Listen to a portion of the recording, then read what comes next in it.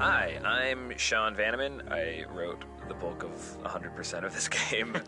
Hey, I'm Jake Rodkin. I did a lot of level design, UI design, and worked with everyone on the story for Firewatch. The game has this weird structure that Chris and I talk about in another tape.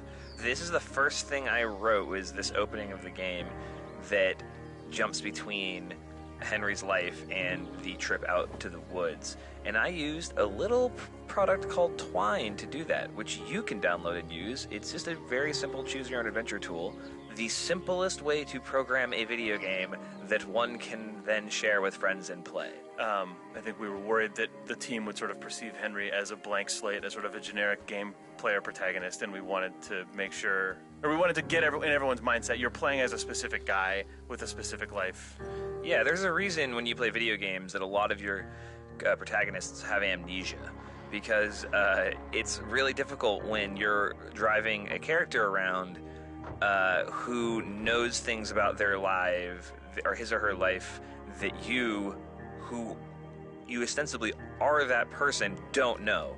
So yeah, we kept trying to write an opening of the game that happened sort of like weeks into Henry's experience, and then quickly realized that it was like, well, why would he not be able to say X? Well, because his relationship with his wife is Y. So, but the player doesn't know that.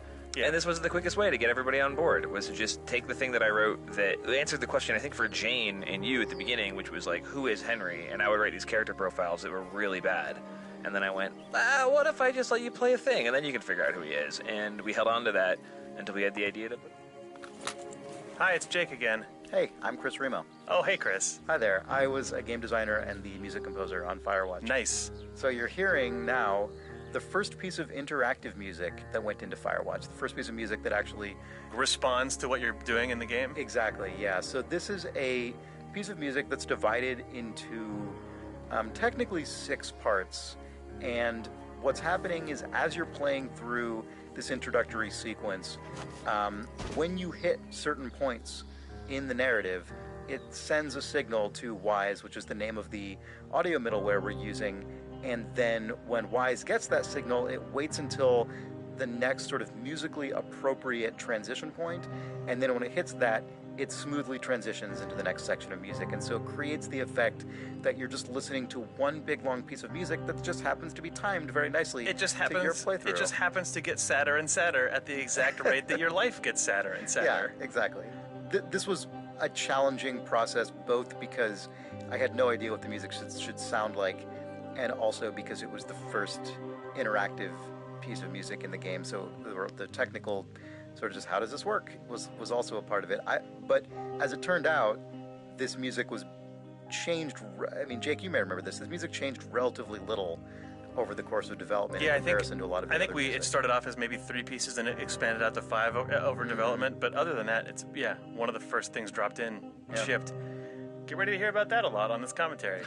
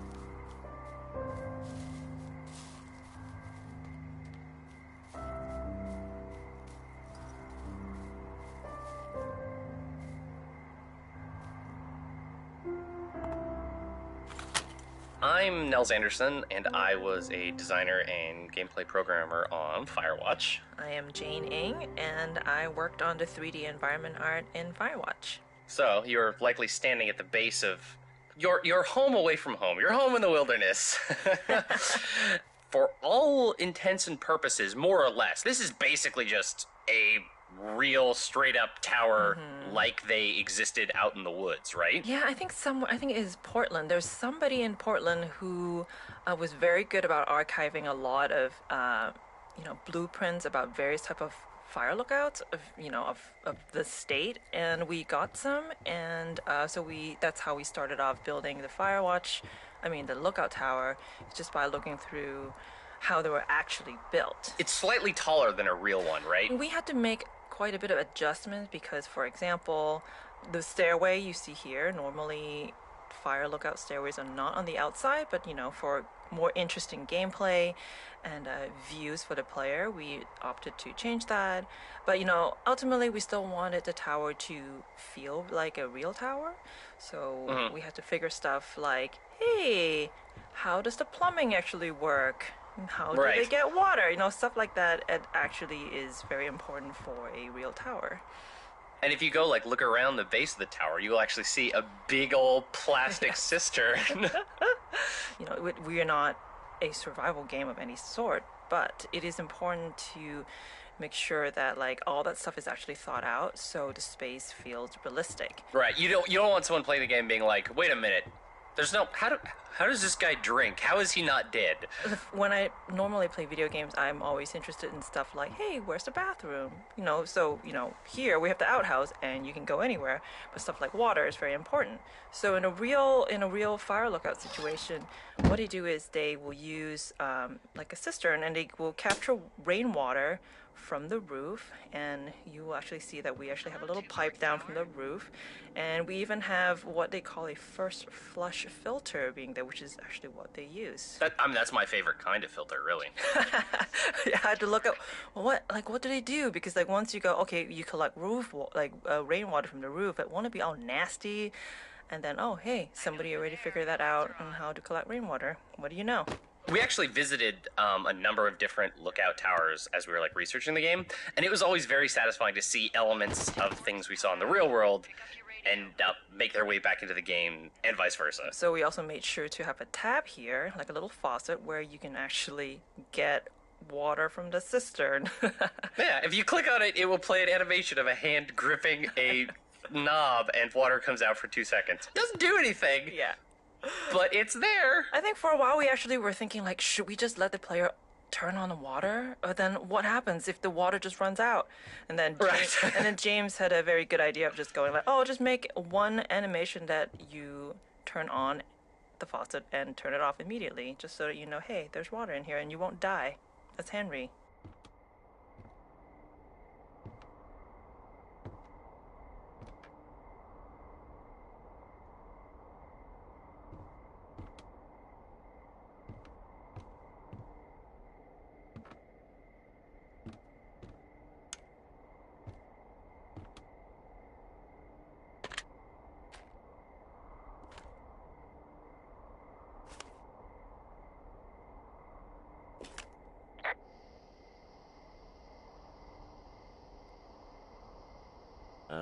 Hello? Whoever this is? It's Henry, right? Yeah. I'm Delilah. Yeah, that's what the guy said on the phone. So, what's wrong with you? Excuse me? People take this job to get away from something. So, what's wrong? What's wrong with you? That's a great idea. Go ahead. Look, I just hiked for 2 days, so I don't really follow whatever it is you're doing right now. You take a stab at what's wrong with me. Fine, then can I sleep forever? Sure, buddy. Okay, now go ahead.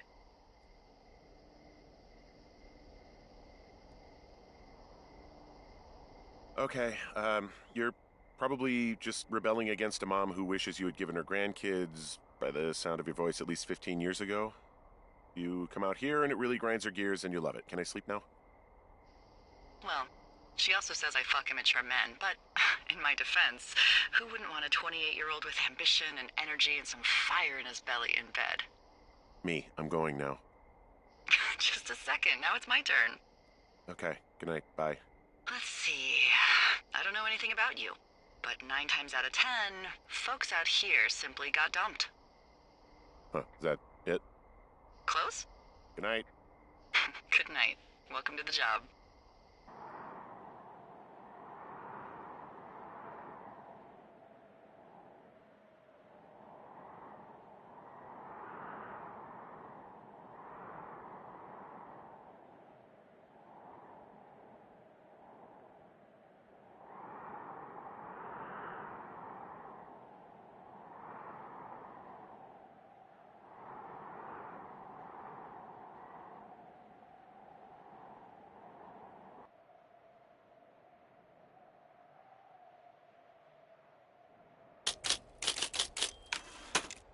Good morning, Henry. Well, I guess good afternoon.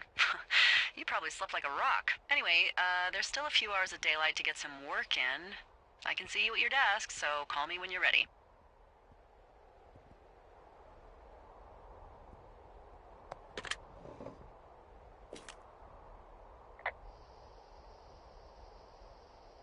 Hey, sorry, guess I slept in. You got a relaxing, 14 hours of sleep? Whew. Yeah, Jesus, I guess it's 6? 6:45. Whoops. Don't worry about it. That hike puts everyone out of commission for a day or two. But now that you're up, let me quickly get you acquainted with the job. There's a thing in the middle of your room with a round map on it. Do you see it?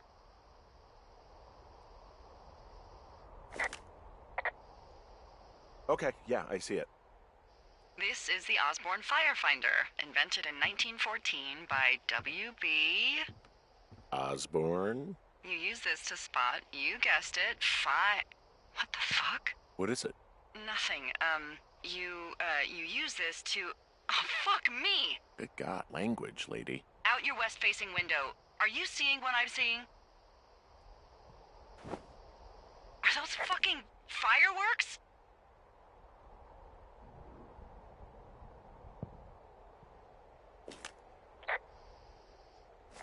I need you to confirm. Do you see them?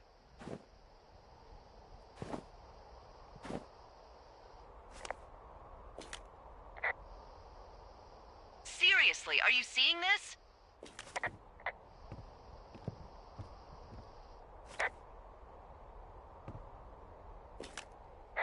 Henry?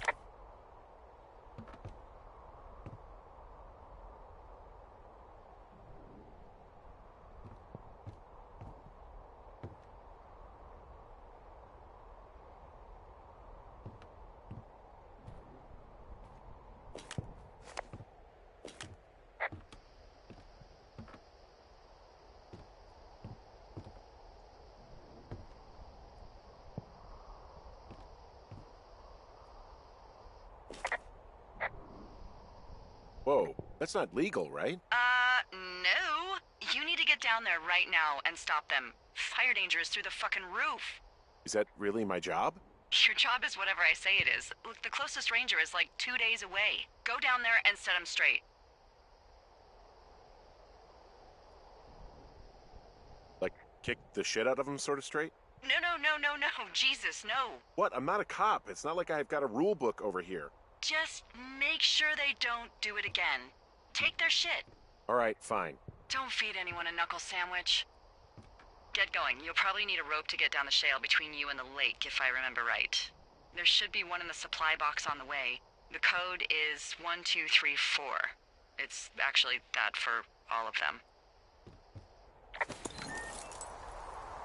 Convenient. That's one word for it.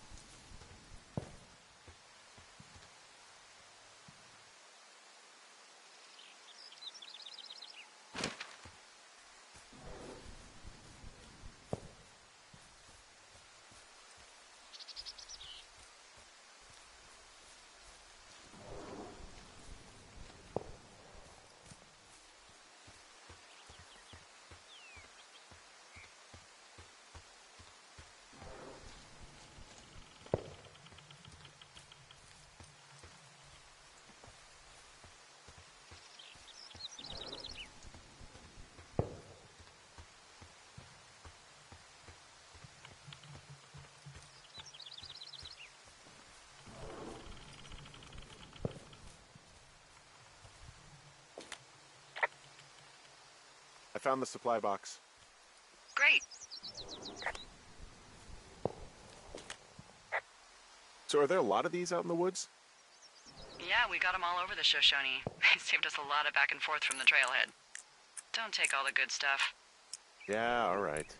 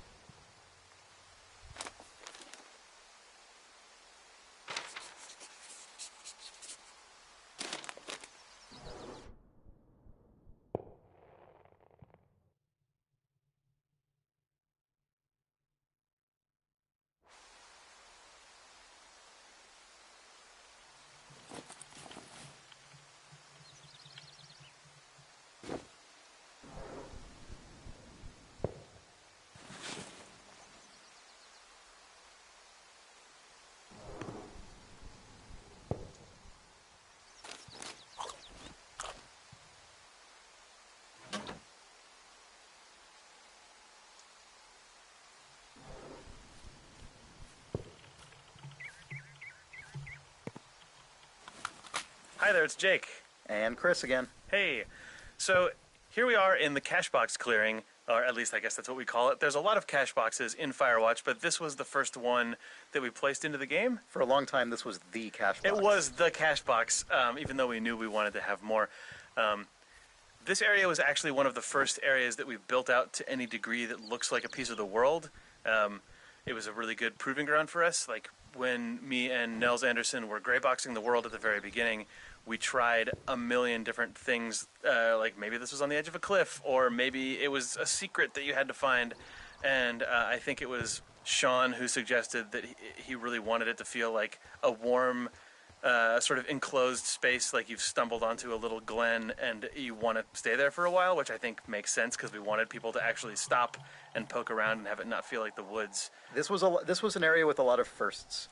I remember this really ended up looking a lot like Ollie's concept art in a way I think that felt like an accomplishment when it all got built out. It was also the first audio I implemented in the entire game, I believe. The Foley on the locks and the lid? Right, exactly. Oh, this was, man, this was also, the cache box was also our proving ground for detailed object interaction with Henry animating the lock. And also, there is an exit out if you back up and turn left. That was the first time I prototyped one-way drops and also any like sort of secret paths, because the way that you cross the canyon also showed up here, and I didn't tell anyone on the team about it for like months, and people only noticed it once they started playing the back half of the game, and it was very fulfilling for me. Nice.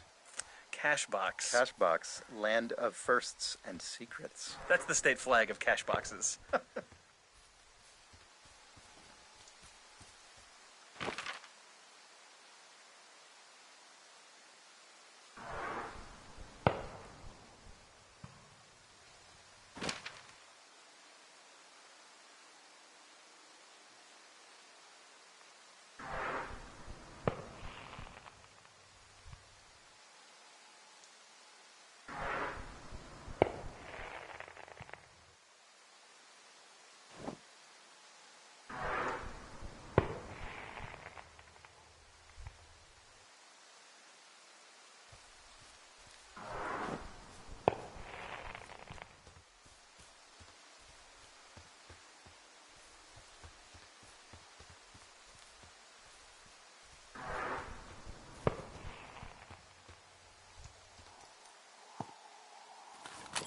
Jake, Oh, hey, Sean. you did a neat thing here in the game that I like a lot, which is when you make a dialogue choice with Delilah about what this dangerous hill should be called.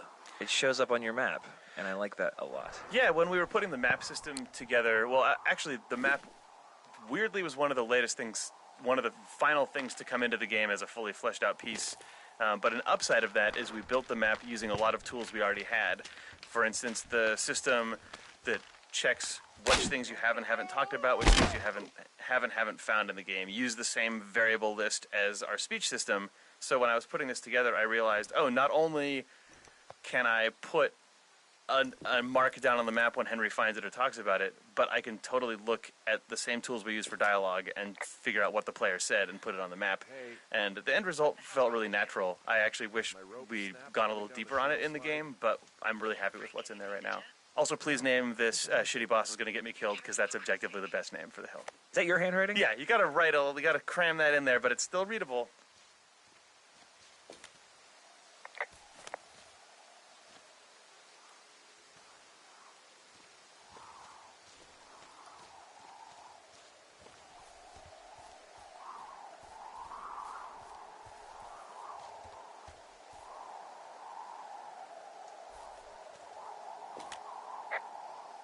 Hey, there's a tie-off point off here just a little away from the shale slide. Oh, you ready to get back on that horse, huh? I can't go any further is what I'm saying. That heads south down to the creek, but you should be able to get to the lake just by continuing west. Without any, mountaineering. All right. It's a long summer. You can explore later.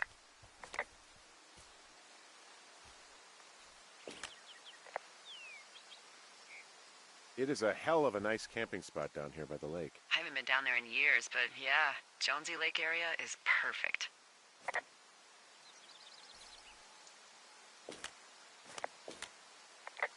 I'm staring at the big outcropping down here, but I'm not quite sure where to look for our pyrotechnicians.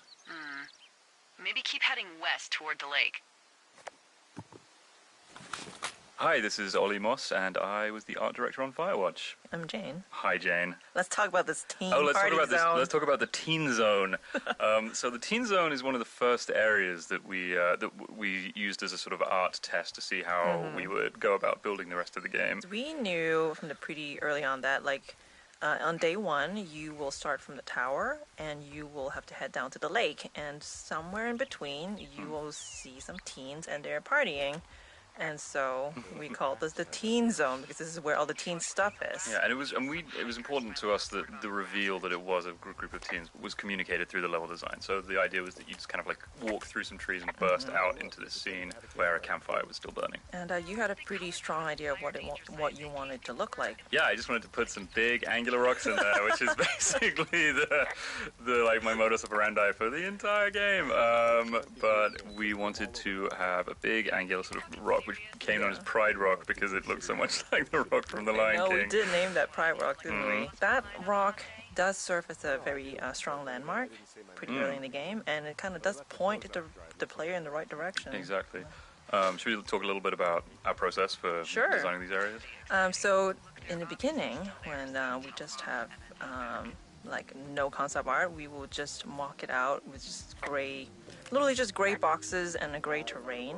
And then we will take screenshots and give it to Ollie to be like, please pretty this up, Ollie. Oh, well, first of all, I'll do a terrible garbage sketch and pitch it to the team. And if people like the gist of it, then we'll go away and do a bit more of a detailed drawing, and then you would go. Yeah, we'll add in some more shapes. And then we just keep going back and forth with paint overs from Ollie. And then it's just a sort of tennis, really, just back and forth between the two of us until everyone's happy with what we have. Yeah. There are two naked ladies out here. Can you handle that? Come on, I like naked ladies, same as anyone, but there's, Two? Yeah. I know this will be tough for you, but try to pick your tongue up off the ground and do your job. Okay. I found them in the lake. Skinny dipping. Yeah. Is that a guy over there? Oh boy. Enjoy dealing with that. My name is Patrick Ewing. I worked on tools and gameplay programming. The teens, Patrick. Let's open some old wounds here. This is like going back to like an old battleground and being like on these hollowed grounds. Yeah. Bad I died on things this hill. happened. I died on this hill. Yeah. I mean, it's one of the most complex interactions in the game, if not the most, right? Yeah. And it was in the game from the very first vertical slice we did, and then I think we kind of added to it as we played through it and saw we should be able to throw the boombox in the lake, obviously, right? Okay, the teens need to react to the boombox being in the lake. Oh, but then they should also react to you putting it down. What you should do if you're making a video game is build relatively ironclad, predictable AI and systems that react to inputs. But instead, we built a series of relatively flimsy state machines that were like, if this, but not when, and also if. Right. And we're able to create the scene as designed. And Patrick was sort of the shepherd of this scene. So whenever anything would break, if you were to throw the boombox and the teens were not to respond, or you leave with the boombox and they would talk about something else, it was Patrick's job to ferret into the state machine and figure out what was going on. Yeah, and I'm happy with how it turned out. There are so many different ways that this scene can play out now, depending on what you choose to do. Do you throw the fireworks at them? Do you talk to them and then start messing up their stuff and throwing it in? And it ends up being pretty believable. They feel like real characters.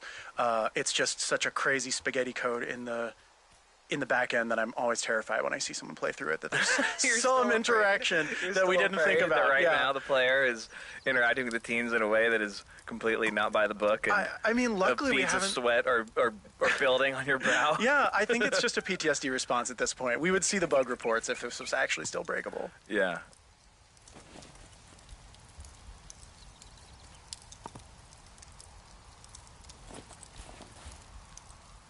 Should probably make sure those Roman candles aren't there when they come back.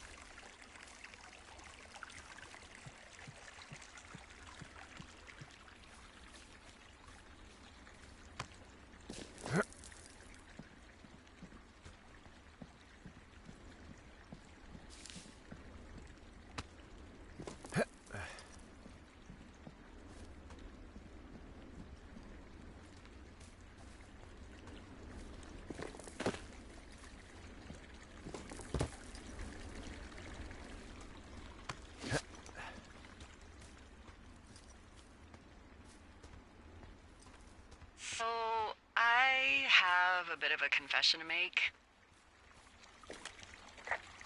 What is it?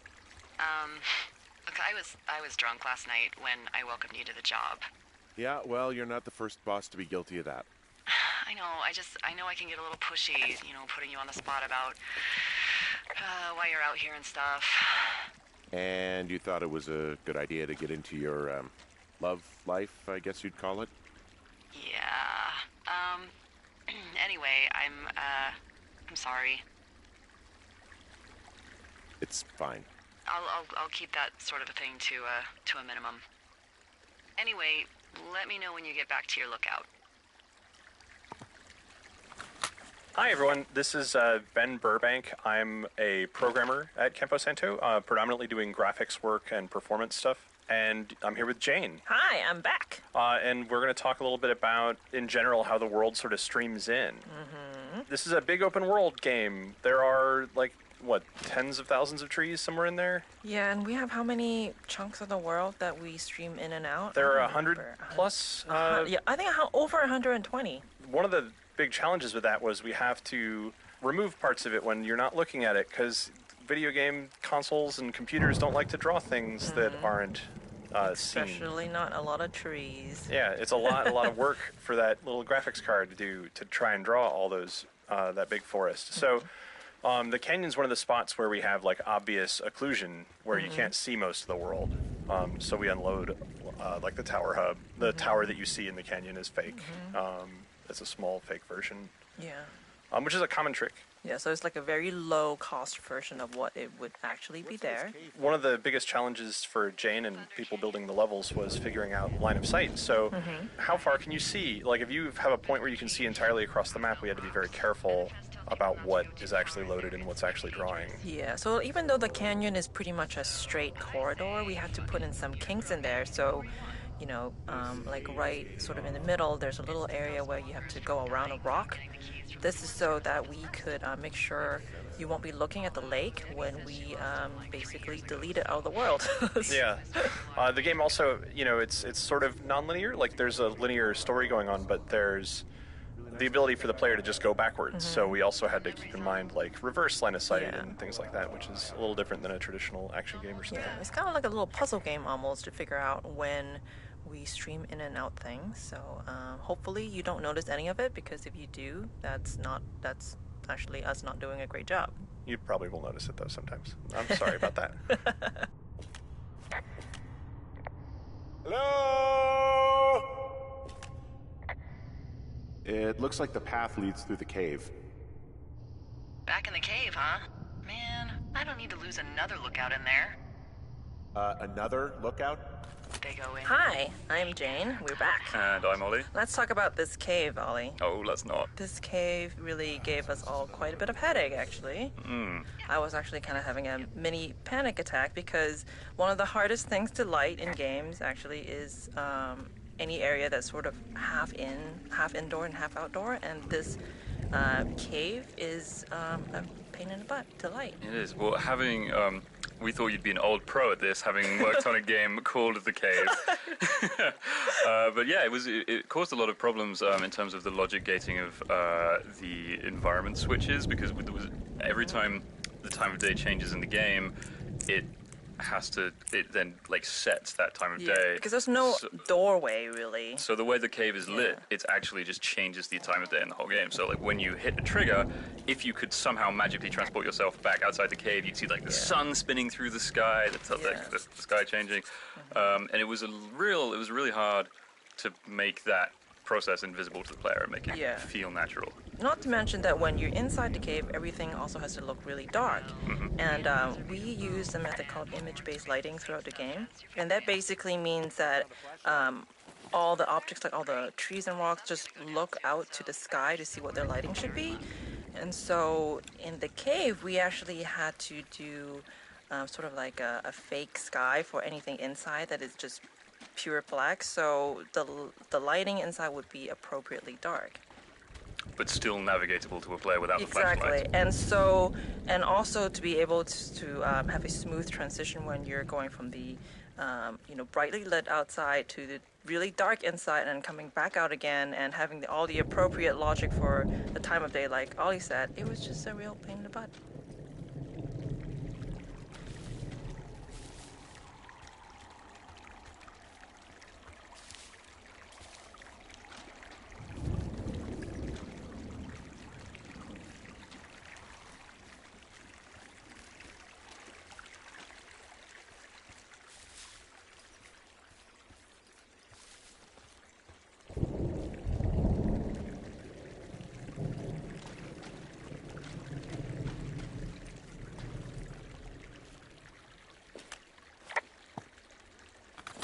Hi, everyone. This is Ben Burbank. I'm a programmer at Campo Santo, predominantly doing graphics work and performance stuff. And I'm here with Jane. Hi, I'm back. And we're going to talk a little bit about, in general, how the world sort of streams in.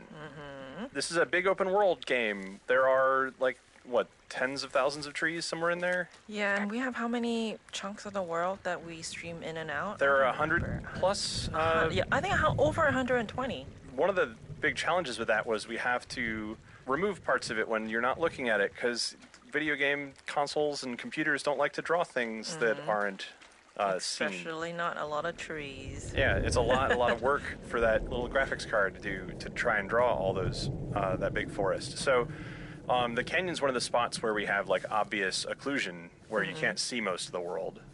So we unload like the tower hub. The tower that you see in the canyon is fake. It's a small fake version. Yeah. which is a common trick. Yeah, so it's like a very low cost version of what it would actually be there. My name is Patrick Ewing. I worked on tools and gameplay programming. The teens, Patrick. Let's open some old wounds here. This is like going back to like an old battleground and being like on these hallowed grounds. Yeah, bad I died on things this hill. happened. I died on this hill. Yeah. I mean, it's one of the most complex interactions in the game, if not the most, right? Yeah. And it was in the game from the very first vertical slice we did, and then I think we kind of added to it as we played through it and saw like, oh, we should be able to throw the boombox in the lake, obviously, right? Okay, the teens need to react to the boombox being in the lake. Oh, but then they should also react to you putting it down. What you should do if you're making a video game is build relatively ironclad, predictable AI and systems that react to inputs. But instead, we built a series of relatively flimsy state machines that were like, if this, but not when, and also if. Right. And we're able to create this scene as designed. And Patrick was sort of the shepherd of this scene. So whenever anything would break, if you were to throw the boombox and the teens were not to respond, or you leave with the boombox and they would talk about something else, it was Patrick's job to ferret into the state machine and figure out what was going on. Yeah, and I'm happy with how it turned out. There are so many different ways that this scene can play out now, depending on what you choose to do. Do you throw the fireworks at them? Do you talk to them and then start messing up their stuff and throwing it in? And it ends up being pretty like believable. They feel like real characters.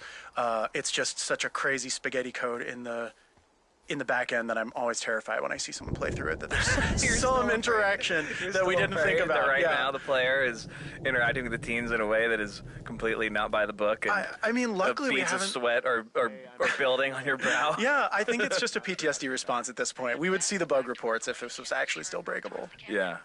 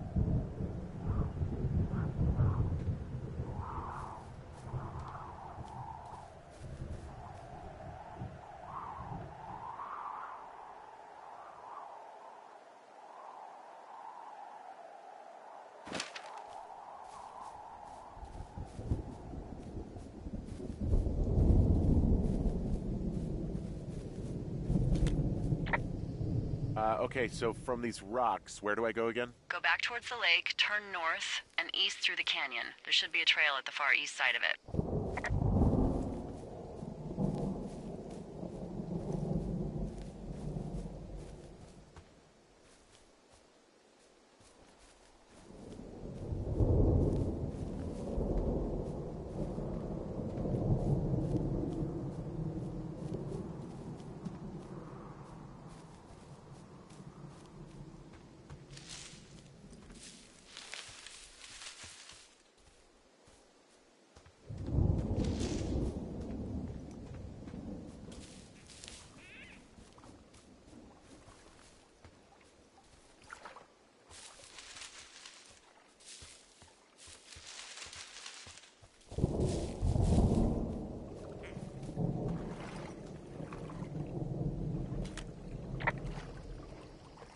Any chance of those kids getting a disease in this lake, like diphtheria or consumption or...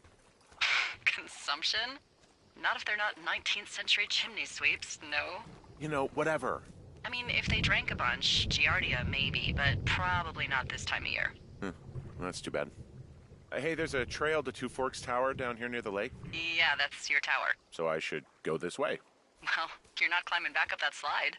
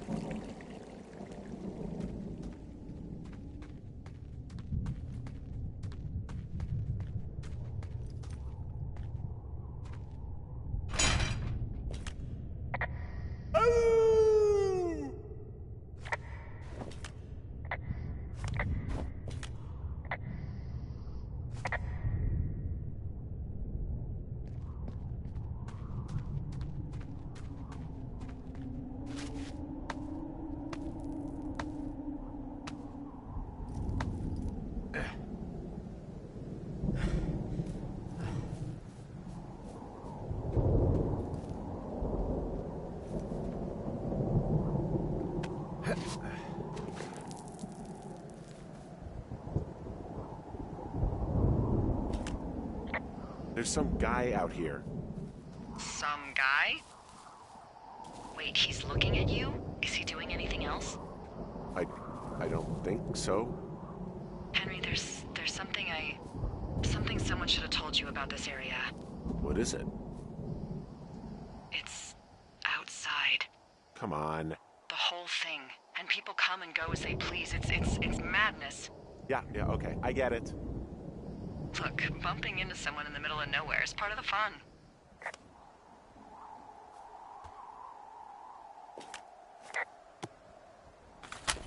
I love the little details in Firewatch's branching dialogue. There are a lot of very subtle, hard-to-notice things that Sean put in while writing it that you really couldn't notice without multiple playthroughs, but they add up to this feeling that you're talking to real people who, just like real people, kind of echo back things you said earlier, who, continue in jokes that have been established, et cetera, et cetera. And one of the subtlest that I don't think I even noticed till I was rewiring the game midway through is the spooky figure who you meet towards the end of day one. Spooky figure. If the teens call you a creep, Henry calls the guy who's putting a flashlight in his face a creep. Right. And he goes, "There's some guy out here creeping," or he says something like, "He's a creep out here." She's like, Yeah. "A creep, Henry." He's like, Right. "Yeah, there's a guy who's spooking me out here. I don't like it." And I mean, I like doing stuff like that. I pay a lot of attention to the sort of infectiousness of language. Yeah.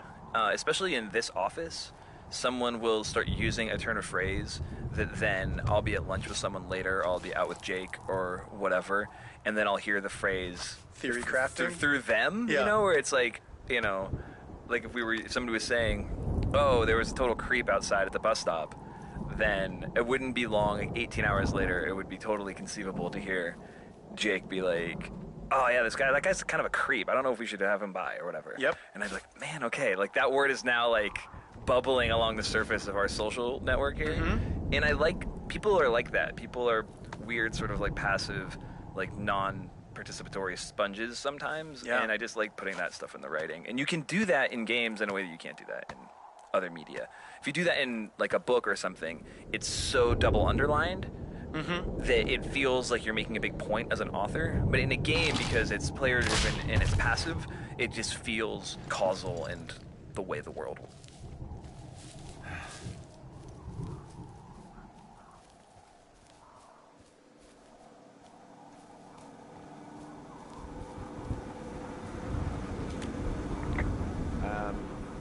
So it's just the outhouse then, in terms of going to the bathroom? You're a man, Henry. You can go wherever you want. Well, number one at least. And, full disclosure, I pee wherever I want as well.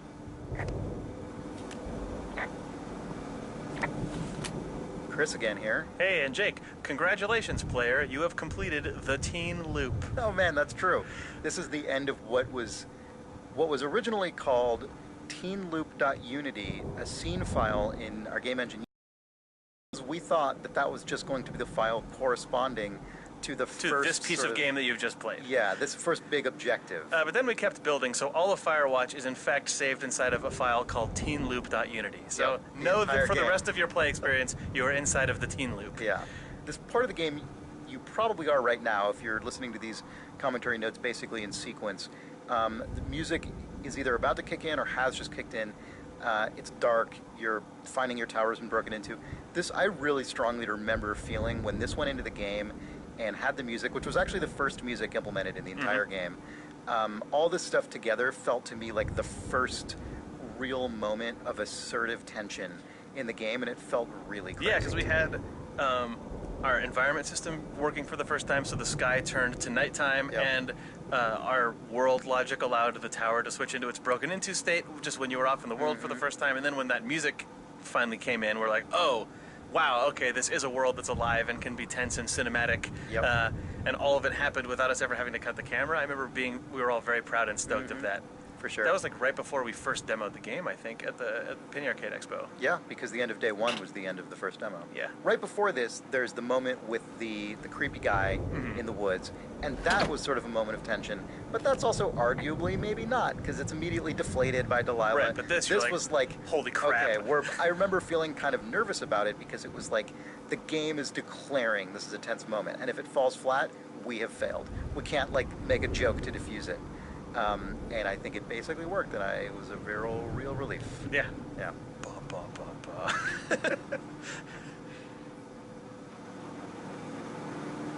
I feel like I'm going to be murdered when I'm in the outhouse. Feeling a little exposed, are we? Hey, no man in the history of the world has felt tough with his pants around his ankles. Well, be strong. You can always call if you're having trouble. Sure, I'll do that.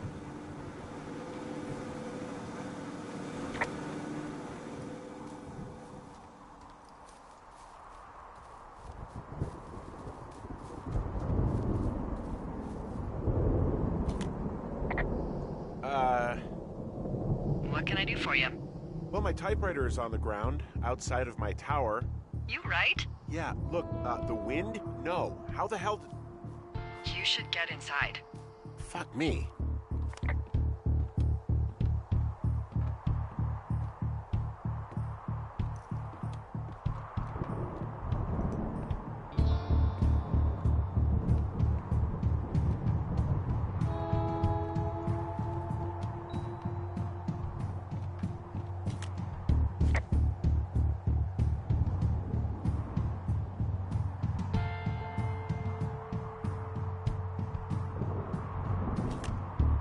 Someone broke in.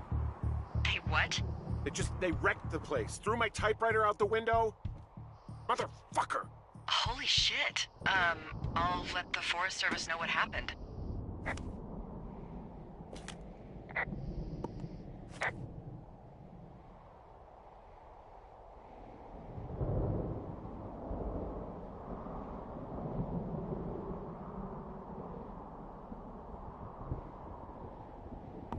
Okay, I put in a call.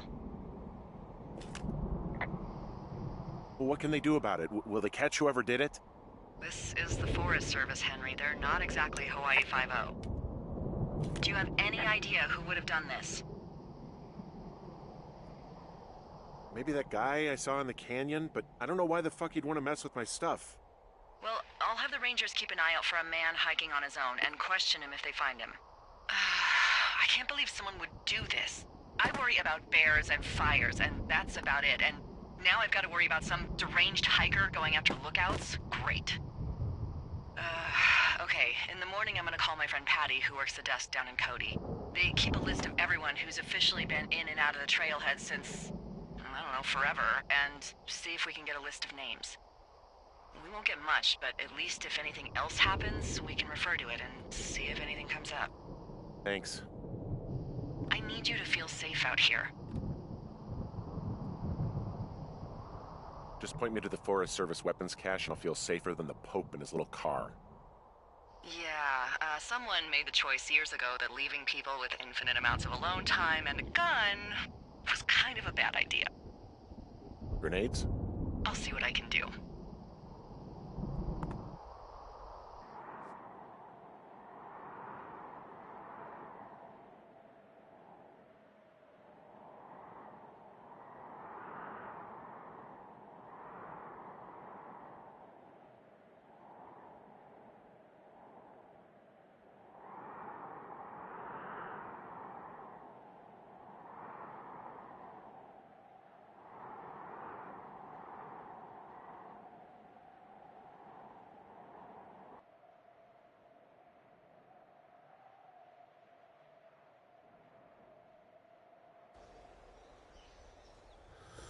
Wake up!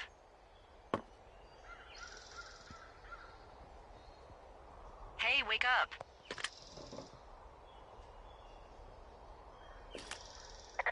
I'm awake. What's your problem?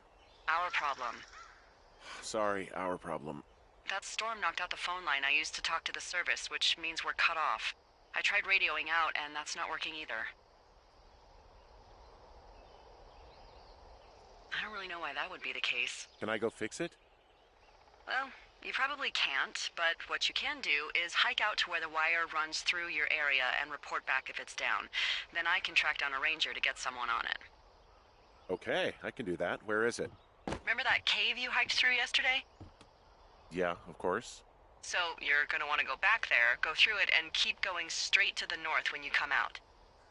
Will do. Thanks, Hank. It's Henry. What, you don't like Hank? Yeah, I don't like Hank. But thanks rhymes with Hank. No, it doesn't. Okay, all right.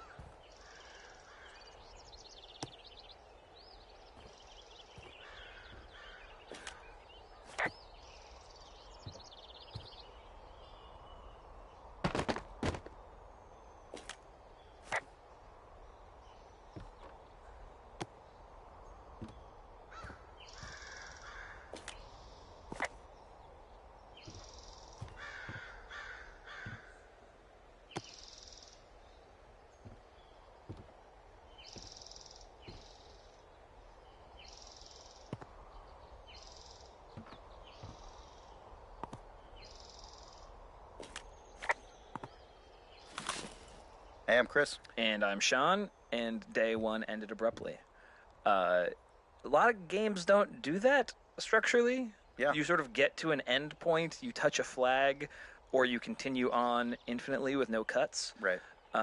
Cuts are very rare in games that have sort of a... First-person games especially. Yeah.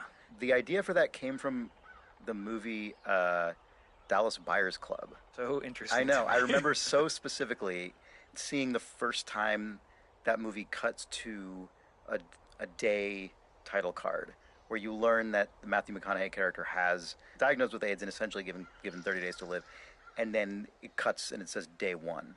And it was that was like a gut punch when you see that because of what it implies. And I was like, oh man, our game is set in basically a limited amount of time, and there's like this tense thing that happens that makes it, it's not as though there's like a specific date that's coming up, but there is like tension now that exists. Also, we had to figure out just how to get around the fact that we had a big open world and needed to tell a linear story, and so I just came in the next day and pitched that idea based on that movie. And we all just thought it was like stylish and interesting and solved so many problems, so we did it. Ended up creating a lot more problems, but I think it worked overall. Yeah, it was great.